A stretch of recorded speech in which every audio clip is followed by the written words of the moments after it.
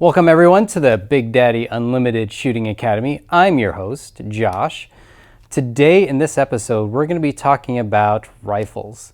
And specifically, we're going to go over the 4 cardinal rules of firearm safety like what we did with the pistol instructions.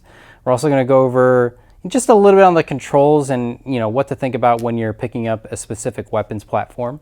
And we're also going to go over how to generally hold a rifle.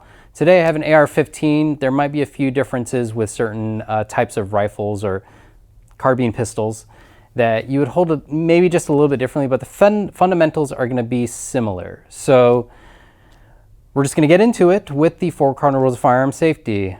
Always treat guns as if they are always loaded. Keep your finger up and off the trigger until you've made the conscious decision to fire, which on a rifle, it's going to be somewhere around about here away from the trigger guard. So just make sure you keep your finger nice and high up off that trigger guard. Number 3 is always point your gun in a safe direction. Don't point it at anything you're not willing to destroy. So be careful with which way you're holding the gun and how it's facing when you're actually manipulating the rifle. And number 4 is be aware of your target, what surrounds it, what lies beyond it. And that also includes when you're dry firing or holding a gun, make sure whichever way you're facing, just know your surroundings and everything around what's going on just to be safe, okay? So on a rifle, there are a few controls and different things that you can manipulate. Like on an AR, you have a collapsible buttstock most of the time. You can get a fixed buttstock if you would like, if that's something that you would want. But most rifles are gonna have basic safety features like a switch to turn it off and on fire. And sometimes you might be able to get that third position, the little giggle switch for full auto. And then of course you have the trigger. And on an AR-15, your magazine release is gonna be somewhere up around here. I have an ambi style lower, so when I'm holding it on the left side, I could still manage to press that. You have a bolt catch and a bolt release, which is usually the same piece.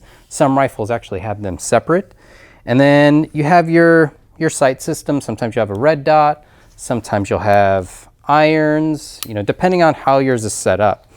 So you also have a way to charge the weapon. Sometimes there's side chargers, sometimes there's rear type chargers. So you can pull this back and charge the weapon, or there's a sidewards, or even on the front of the handguard you can pull up as well.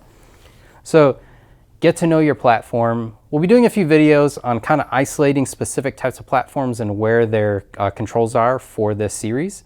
But at least for now, just read the manual, get to know your rifle, watch some YouTube videos on how to manipulate those certain things, and just be safe with it. So how to hold a rifle. Some rifles are going to be different, but generally we're going to hold it somewhat the same. You have a buttstock that you need to go into the shoulder. You have, somewhere to rest your cheek, depending on the height of your optic. Sometimes you'd be kind of like in a scout kind of way where you're kind of just floating around it. So what we're going to do is, first off, we're going to get a good grip of the pistol grip. And then somewhere on the handguard or the stock, if it's a like a bolt action rifle or something that has a wood stock, and find where your placement for your hands are going to go. There's a bit of a debate on where to hold a gun, especially something like an AR-15. Some people like holding onto the mag well, and some people like choking a little bit closer to their body because they feel that's probably the easiest way to hold the gun up because you're not extending your hand out. What I'm going to do is I'm going to show you how to defeat that by actually holding the handguard in a proper place and applying certain types of pressure to keep the gun in a more stable position and a lot more controllability. So get your grip onto the pistol grip. Find a place on your handguard that's nice and comfortable, at least for now. And then what we're going to do is the buttstock's going to come up and into our cheek. What I want to do is I want to keep my head straight. I don't want to turn it sideways or lay down on the gun or something like that. So try to keep your head nice and straight towards the target that you're intending to shoot at. And then you're going to bring the gun up into your cheek weld. So that's going to be like right under that cheekbone. So we're going to go up into that cheekbone and then pull the gun toward your shoulder. Sometimes you can get more shoulder onto the buttstock, and sometimes it's probably only gonna be like about half. Just depends on what kind of buttstock you have and how high your mount is. The higher the mount, the lower you can put it into your shoulder.